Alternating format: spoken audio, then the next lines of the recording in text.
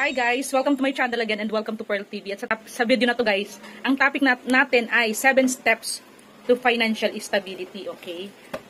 Pero bago yung steps na yon, ano ba ang ibig sabihin ng financial stability guys? Sabi dito sa AI overview, financial stability refers to the ability of a financial system to efficiently perform its core function like facilitating payments and providing access to credit, even during times of stress or unexpected shocks. Okay, it implies a state where the system can withstand disruption and maintain its ability to support economic activity without significant adverse effects. Essentially, it's about having a financial system that is resilient and can continue to function effectively under pressure. So, anong ibig sabihin sa Tagalog? Ito impromptu to guys. Ibig sabihin, kapag may mga emergency na mga kailangan nating pagkagastusan, we have the fund. May madudukot tayo. Ganun yung guys, okay? Stable tayo, okay? Kapag kailangan natin ng mauutangan, available sa bangko. Okay? So, ibig sabihin, kapag available sa bangko, we're good. What? Laging may credit offer si bank sa atin. Ibig sabihin, maganda yung record natin kasi we are financially stable at kasi we pay our debt at the right time. So, ibig sabihin, may kapasidad tayo magbayad kung ano man yung mga natin, mga payables, monthly, okay? Support economic activity without significant adverse effect. Ayan. Halimbawa, nagtataas ang mga presyo ng bilihin, still, we can cope up with the changes. Okay? Kaya pa rin natin gumastos sa ating mga pang-araw-araw kasi meron tayo. Okay? So, paano magkakaroon ng financial stability? How we can be there? Paano tayo makakapunta sa level na yun na stable na tayo financially? Okay? Sabi dito, ito daw guys talaga ang pinaka-first na bagay na dapat natin gawin. Sabi dito, invest in yourself. Having a further education, more knowledge, and required skills for work can support your career advancement. Okay? So, tama pala yung naging naging discard ko nung nagtatrabaho ako. Every time na sumasahod ako, nag-i-invest ako sa sarili ko. Bumibili ako ng isang libro. Libro na may kinalaman sa pagpapalago ng pera, kung paano maghawak ng pera, kung paano padamihin ng pera. So, yun ang ginagawa ko noon. Nasa step 1 na pala ako. Okay, hindi pala ako nagkakamali. But yun yung kumbaga, yun yung hunger ko talaga. Kasi I really want to become financially stable. Kasi ang pinaka-goal ko noon, sabi ko, what I really want in my life is one day, I will just stay inside the house and create money, okay? And by the grace of God, after 8 years of working, I got the courage and I got the chance to stay inside the house and do what I love to do and earn from what I'm doing, okay? So, nagkatotoo kahit papano. Kasi nga, nag-invest ako sa sarili ko and I felt very much confident then na, sabi ko kay mister ko, hindi na ako magtatrabaho, pero magawa ako dito sa loob ng bahay. Mga gusto kong gawin at magkakitaan ko. And walang patumpik-tumpik si mister ko, sinuport niya ako. Okay? At ipinagdasal ko din yun sa Panginoon. Sabi ko, Lord, ikaw na po yung bahala. Ikaw na yung bahala. Sabi ko sa kanya, hindi mo naman ako papabayaan. Kasi gusto ko nga at that time na I will be the one to take good care of my daughter. Kasi pares lang naman, nagbabayad naman ako sa nag-aalaga. Mahal naman din yung konsumo ng, kung mag-maintain tayo ng helper sa loob ng bahay. Di pares lang ako na lang. At the same time, I am doing what I love to do, di ba? At yung personal na pagbantay sa anak. And then, number 2, another step is make money from what you like. Yan nga. That's what I want. But before ko ginawa yun, nagtatrabaho pa ako. I'm doing, what do we call this? I learn skills. Nag-aaral ako ng baking all by myself. I do baking na walang, tawag nito, wala akong sinusundang guide. And I keep on failing from time to time. At okay lang na mag-fail ako. Okay lang na magsayang ako ng ingredients. Natuto ako. So sabi ko, I will not repeat this ingredients anymore. I will not repeat this steps anymore. Kasi this will just lead to failing right? So, mahalaga pala yun talaga guys.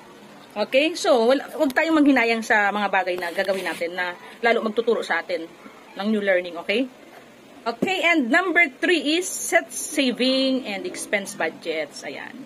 Matuto tayo magtipid sa lahat ng bagay. Okay? Magtipid tayo sa ilaw, sa tubig. Binabudgetan lang natin yan. Ito lang yung budget ko sa kuryente monthly. So, hindi ka na magsasayang. So, kapag nakikita mo yung electric pa na umaandar, umiikot, na wala namang gumagamit, you have to turn it off. Kapag nakikita mo yung ilaw, na nakabukas sa kwarto, wala namang tao, wala namang, you have to turn it off, okay? Nakikita mo yung tubig sa gripo, bubulwak, sobrang lakas. Hindi ka naman urgent magano, you have to minimize the flow of the water kasi the more bulwak the water, the more pressure, the more consumption of water, okay? At tataas ang bill nyo, okay? And yun, halimbawa, namamalansya kayo, dapat isasabayan yung pagmamalansya, guys. Mamamalansya kayo ng mga uniforme ng mga bata, isabihin natin once a week lang. Mamalansya, okay? Malaking bagay. Ako, hindi ako namamalansya kasi nga, nagtitipid ako. Hindi talaga ako namamalansya, guys. Okay, and then another thing is spend wisely. Okay? Okay, we have to spend wisely. Kung hindi naman natin kailangan pa, wag na muna. Okay, pero kung kailangan natin sa negosyo, it is called an investment. Halimbawa, kailangan mong bumili ng oven kasi gagamitin mo talaga sa baking. Kailangan mong bumili ng steamer kasi kailangan mo din talaga sa negosyo mong food business. So, gagamitin mo yon para mapakinabangan mo. Okay? So, gagamitin mo lang yung mga bagay sa mga... Gagamitin mo lang yung paggastos ba, yung pera, para sa mga bagay na importante lang. Okay? Hindi yung naisipan mo lang bumili ng ganitong mga bagong plato kasi ang bongga. Kumbaga nakiki-level up ka dun sa mga mayayaman. Kaskas mo lang sa credit card, ay ang bongga na itong lamesa na ito, bibili ako nito, pack, buy, swipe. Bibili ako nitong ganito, 'di ba?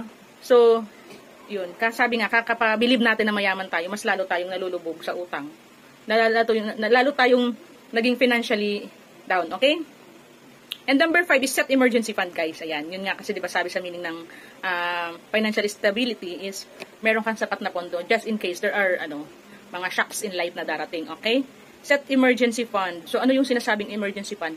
Ang sinasabi guys na emergency fund ay meron kang budget na halimbawa nawalan ka ng trabaho ngayon or unexpected things happen.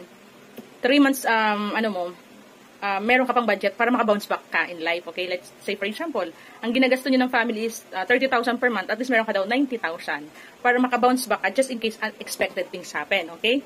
So yun yung guys, sinasabing emergency fund. Kaya maganda na nagtitipid at nagme-make money tayo. Okay? Make money from what you like. Sabi nga sa tip number 2. Kasi pag like mo yung ginagawa mo, napaka masaya ka na ginagawa mo. Energetic ka kasi gusto mo yung ginagawa mo, 'di ba? Hindi ka lang napipilitan. Okay? So, from working, 'di ba? Tapos mga passive income, 'di ba? Ganon. And then number 6 is para maging financially stable ka, bayaran mo daw yung mga utang mo. Number 6, pay off debts. Bayaran mo yung mga utang mo para wala nang sumisingil sa iyo. Okay? Kasi ang hirap naman na napakadami mo ng pera tapos madami ka pa rin utang, mag-generate pa rin ng interest 'yun. Okay, and last but not the least accordingly is plan for retirement. Ano ba yung plan for retirement mo? Syempre, kailangan meron kang mga insurances, di ba? May life insurance ka din. Meron kang social security, mga sa SSS, pag-ibig, kasi mga asahan natin yan.